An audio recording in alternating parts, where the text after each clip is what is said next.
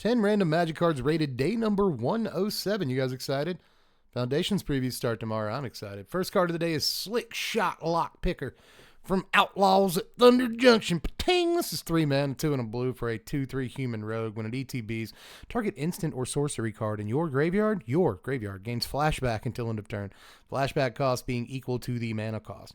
You can also plot this for 2 and a blue. So, you know, TJ Maxx Snapcaster Mage. This I don't hate. I gotta say, I do not absolutely hate this card.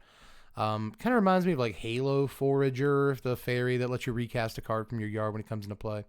Like, there are good things about stuff like this, and I especially like the plot mode on it. So I don't think this is terrible. I'm going to give it a 4.48. A score I never give out. I don't know that I've ever given that one out, but I don't know, like close to a 4.5. I actually think this is kind of fine. Anything that lets you recast a card is going to be like kind of all right. So sure. Better than a lot of the garbage we see here. Hour of Reckoning is up next. Is this from Ravnica originally? Yes. This is 7 mana, 4 and 3 white for a sorcery with Convoke. So your creatures can help you cast this spell. Destroy all non-token creatures.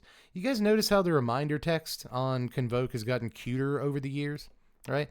Because originally, the reminder text says, each creature you tap while playing this spell reduces its cost by 1 or a mana of that creature's color.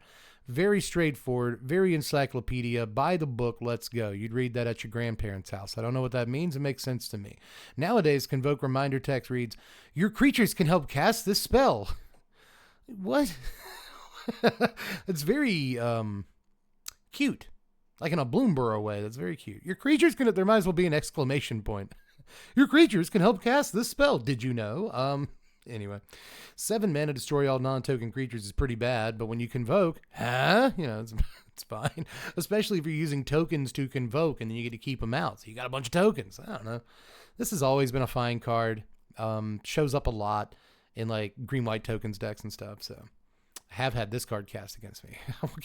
I said we ended the day with a card yesterday that's really popular in Commander. I've never had it cast against me, but I hear people talk about it all the time. This one I hear people talk about all the time. And I've had it cast against me. I will give this a 5.6. I will. This is a more than serviceable sweeper. And again, the fact that like it leaves tokens behind will just win the game like, randomly. So not bad. Paralyzed is up next. Paralyzed. We used to actually play this card. We really, really did, guys. Paralyzed is an aura that enchants a creature. When it enters, tap that creature. Enchanted creature doesn't untap during its controller's untap step. At the beginning of the upkeep of enchanted creature's controller, that player may pay 4 if the player does untap that creature. So this seems to be a blue card, right? Blue includes tapper downers or whatever you want to call those. Jake tappers. Not usually black, right? So weird, but this is a 1 mana removal spell. I need you to understand. So back in the day, we had Terror in black. You know, we had a couple of other cards way back when, but Paralyzed was actually a card we played. You'd rather play this than Weakness 9 times out of 10, which is also 1 mana, instant speed, -2/-1. So if they cast anything other than Llanowar Elves, you can't kill it with a weakness. You know? So Paralyzed is, I swear to you, a card we played. Green-black Verduran Enchantress or Venduran Enchantress. Played Paralyzed. It's a 1 mana enchantment, you know. Just all together, dude. Wait, is Weakness an instant or an enchantment? I can't remember anymore. I think it's an aura.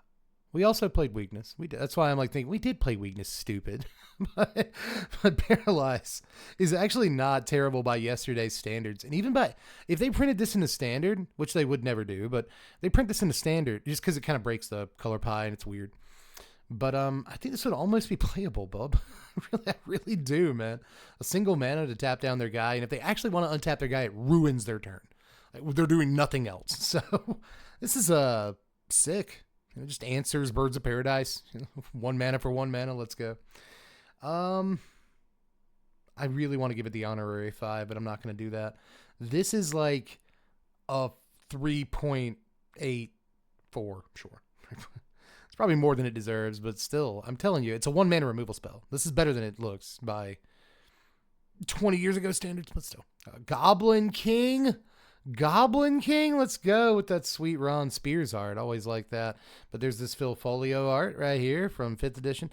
And then the one that I'm most familiar with is Revised right here. It's fine. It's Jesper Meyerfors, you know, it's whatever. It's a 3 mana, 1 and 2 red for a goblin. Other goblins you control get +1/+1 and have Mountain Walk. It's actually just all goblins. Every goblin in play gets +1/+1 and has Mountain Walk, and this is a 2/2. So this was the Goblin Anthem effect back in the day. It's still like $5 from Revised, which actually isn't the worst price. It's really not terrible. What's the unlimited edition one? Give me that inking. Oh, it's gorgeous. Gorgeous Magic card right there. But I would say even by modern standards, this is kind of fine because Mountain Walk, Land Walk is something you don't see every day. So anybody that does have red mana, you're steamrolling them. This is still okay, isn't it? It's still fine. 3 mana anthems are not where we want to be. But I still think that like Commander Goblins probably wants to play this alongside all the other anthem effects. Even though like a lot of the other anthems are 2 mana, like whatever. I still got to have my Goblin King. Just put some respect on his name. You know what I'm saying? So I'm going to give Goblin King the honorary 5 because I fear that I'd actually have to give him a lower score otherwise. So let's keep him safe and snugly. It's in a, you know, nestled in the pillow of the honorary 5. I think he deserves it, man, for all the old times. But let's move on to Orcish Spy here. This is not a goblin. It's actually an orc. It's printed in 8th edition, but also Fallen Empires, so you know it's going to be a banger, right? This is a single red mana for an orc rogue, turns out. You can tap it and look at the top 3 cards of target player's library. It's a 1/1, so you get a 1 mana 1/1. Instantly better than Mons' Goblin Raiders, huh? But it's probably not actually, because Orcs isn't as good of a creature type as Goblin. But, you know, look at the top 3 of their library, and you have to put them back in the same order. Stupid. But otherwise, it would actually be like halfway ridiculous. Like, you just keep putting crap on top of their library. So that would be very good. But just like knowing what's going to hit you next, or what you're going to draw next. Like, oh, I draw 3 lands. I guess I'll scoop, you know, like maybe... Maybe there was a point where like this was playable, but I don't think there ever really was. 1.7, I think, is what you get, baby. I'm so sorry. Fallen Empires was not good. Giant Tortois is up next. Speaking of not good, originally printed in Arabian Nights. This is a 2 mana turtle. 1 in a blue for a 1/1 that gets +0/+3 as long as it's untapped. Would it blow your mind if I said that this was at one point in time a playable Magic card? This was the blue aggro stopper like back in the day, because it's a 1/4 for 2 mana. And nothing is getting through the turtle, buddy. Like you've got to fly, or you're just not attacking through the boy, you know? Like I have seen this card put on the table. I have seen people pay actual hard-earned mana for this card on turn 2 or even 4, with like counterspell shields up and stuff. You'd be surprised how bad the card pool was back in the day. But yeah, it's just not good, but it is slightly better than it looks. A 2 mana 1/4 is still not something that you see every day of the week, but it is definitely seeable. So let's just give the turtle like a 2.2. I think he deserves.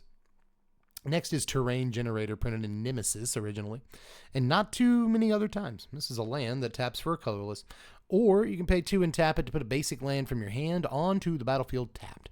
This still runs about $2, give or take, even though it's an uncommon from Nemesis. But again, it's only been printed in like dual decks and DDA, Jace versus Chandra, whatever the heck that means, and then Commander Legends. Somehow the Commander Legends one is tied for most expensive. I don't know, get out of here. But still, it's always been an uncommon, and it still fetches like a decent price. This Nemesis one looks good, by the way. Still using the yellow box with the yellow border with the gray frame. Gorgeous. Wish we could go back to this border treatment, but still. Just an overall fine card. You can put stuff like you can ramp at instant speed with this card, which is kind of nuts. And like in landfall, you can get instant speed landfall triggers, which is like wreck combat and stuff. Just overall a decent card, man. I'm gonna give you a 5.186. 5.186 for Terrain Generator. Nope. Scratch that. 5.301 for Terrain Generator. I think that's what it gets, dude. I just want to keep giving it a higher score. This card's not bad. I promise you. It's really not terrible. Elrazi Temple is up next from Rise of the Elrazi. Originally a rare, Downshifted to uncommon as soon as it got a chance, but it's still like $10. This card is $6 at its absolute lowest point. This is a land that taps for a colorless, or you can tap it to add 2 colorless to your mana pool, but spend this mana only to cast colorless Eldrazi spells or activate abilities of colorless Eldrazi. So, nuts card, nuts. Taps for 2. It's a land that taps for 2. So it's good. It's how it works. The secret lair drop one right here is like $77, man. And it's nothing super special. I mean, Alexi Bryclaw, that's a very good artist. Did a great job, but it's just like, you know, why is it $75? Whew. This is only good in Eldrazi decks. But boy, is it good there. Because all their guys cost like 26 mana. Something like that. So, is tough. 5.3. Oh, no. 5.9. 5.9. It's super narrow, but this is a land that taps for 2 colorless. So it's crazy. You know what I mean? Not quite a 6. Not quite a 6. Next is Fires of Undeath from Dark Ascension only. It's got a Goth Lady on it. 3 mana, 2 and a red for an instant that deals 2 damage to target creature or player. Flash it back for 5 and a black. That is 6 mana, in case you didn't do the math quick enough.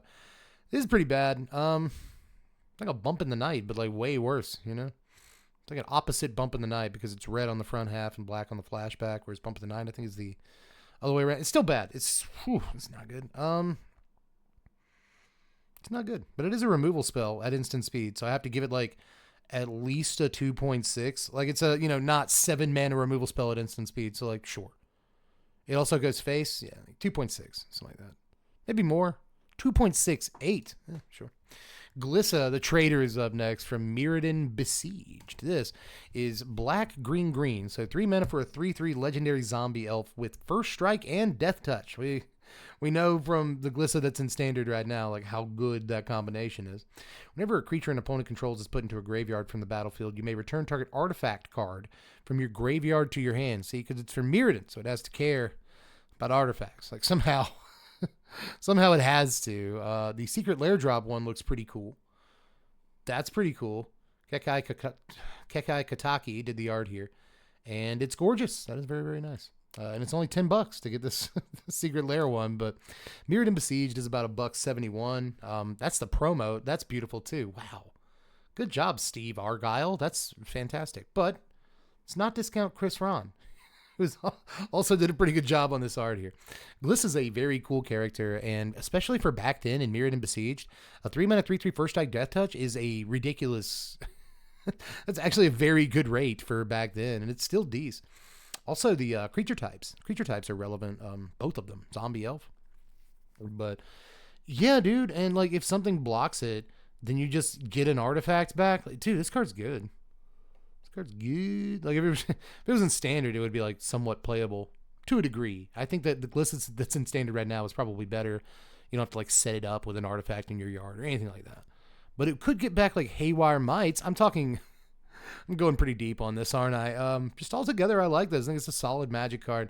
5.29. 5.24.